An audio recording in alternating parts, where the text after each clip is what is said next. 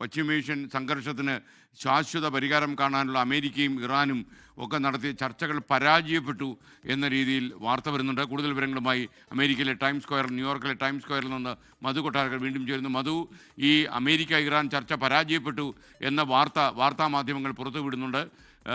എന്താണ് കൂടുതൽ വിവരങ്ങൾ?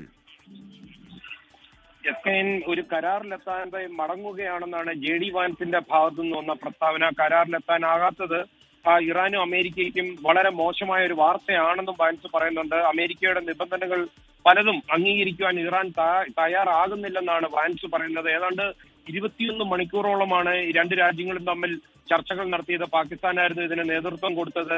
തന്നെയുമല്ല, സാങ്കേതിക കാര്യങ്ങളിലുള്ള ചർച്ചകൾ അടുത്ത ഘട്ടത്തിലേക്ക് നാളെ തുടരാൻ ഇരിക്കുകയാണ്. പെട്ടെന്ന് JD വാൻസിന്റെ ഭാഗത്തു നിന്ന് ഇത്തരമൊരു പ്രസ്താവന വന്നത്. ഇനി ഡൊണാൾഡ് ട്രംപുമായിട്ട് സംസാരിച്ചതിന് ശേഷം ചർച്ചകളിൽ നിന്ന് പിൻവാങ്ങുവാൻ ട്രംപിന്റെ ഭാഗത്തു നിന്ന് എന്തെങ്കിലും നിർദ്ദേശം വന്നോ എന്ന് ഈ സമയത്ത് വ്യക്തവുമല്ല. അതേസമയം ഇറാന്റെ പ്രതികരണം വന്നിട്ടുണ്ട്. ഇറാൻ പറയുന്നത് അമേരിക്ക യുക്തിരഹിതമായ ആവശ്യങ്ങളാണ് ഉന്നയിക്കുന്നത്, അടിക്കടി നിലപാട് മാറ്റുകയും ചെയ്യുന്നു, ഹോർമൂസ് കടലെടുക്ക് തുറക്കുന്നതടക്കം നിരവധി തർക്ക വിഷയങ്ങൾ ഇപ്പോഴും തുടരുന്നുവെന്നാണ് ഇറാൻ പറയുന്നത്. അതുമാത്രമല്ല, ഈ മധ്യസ്ഥ രാജ്യമായ പാകിസ്ഥാൻ ഈ അഭിപ്രായ ഭിന്നതകളൊക്കെ പരിഹരിക്കുവാൻ ശ്രമിക്കുകയാണെന്നും ചർച്ചകൾ പുനരാരംഭിക്കുമെന്നാണ് ഇറാന്റെ ഭാഗത്തു നിന്ന് വരുന്ന റിപ്പോർട്ടുകൾ.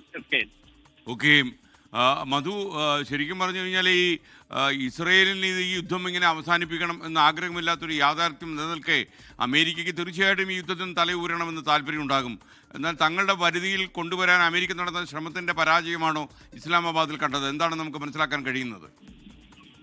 പിന്നെ നമ്മൾ ശ്രദ്ധിക്കേണ്ട 4 വിഷയങ്ങളിൽ സംഭവിച്ചത്. ഒന്ന്, ഈ ഹോർമൂസ് കടലിടുക്കിലേക്ക് പെട്ടെന്ന് അമേരിക്കയുടെ 2 പടക്കപ്പലുകൾ വരുന്നു. അവിടുത്തെ മൈൻസുകൾ നീക്കം ചെയ്യാൻ തുടങ്ങി എന്ന് പറയുന്നു. അത് മാത്രമല്ല, ഈ ഡിസ്ട്രോയർ ഷിപ്പ് വന്ന കാര്യം ഇറാൻ തന്നെ സ്ഥിരീകരിക്കുന്നു, അത് തിരിച്ചയച്ചെന്നും പറയുന്നുണ്ട്. ഇത് കൂടാതെ ഖത്തറിന്റെ ഭാഗത്തുനിന്ന് പെട്ടെന്ന് വന്ന ഒരു സന്ദേശം, നാളെ മുതൽ ഹോർമൂസ് കടലിടുക്ക് പൂർണ്ണമായിട്ടും ഖത്തറിന്റെ ഭാഗത്തുനിന്ന് ഉള്ള കപ്പലുകൾക്ക് പോകാനായിട്ട് 6 മണി മുതൽ വൈകുന്നേരം 6 മണി വരെ തുറന്നു കൊടുക്കും. ഇത് ഇറാനുമായിട്ട് എന്തെങ്കിലും ധാരണയായിട്ടാണോ എന്നറിയത്തില്ല.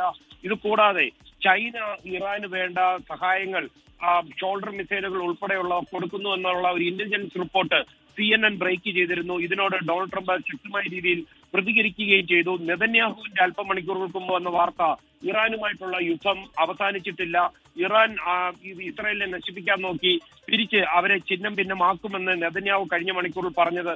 ഇതെല്ലാം കൂടെ ചേർത്ത് വായിക്കുമ്പോൾ ഒരുപക്ഷെ ഹോർമൂസ് കടലിടുക്കിലെ ഡിസ്ട്രോയർ കപ്പലുകൾ കൊണ്ടുവന്ന് സമ്മർദ്ദത്തിൽ ആഴ്ത്തിക്കൊണ്ട് അമേരിക്കയുടെ കാര്യങ്ങൾ നേടിയെടുക്കാൻ വേണ്ടി ഒരു ചർച്ചയായിരിക്കാം ഒരുപക്ഷെ JD വാൻസിനെ വെച്ച് ട്രംപ് ഉപയോഗിച്ചത്. നാളെ മുതൽ ഒരുപക്ഷെ ഈ യുദ്ധത്തിന്റെ ഗതി തന്നെ മാറിയേക്കാം.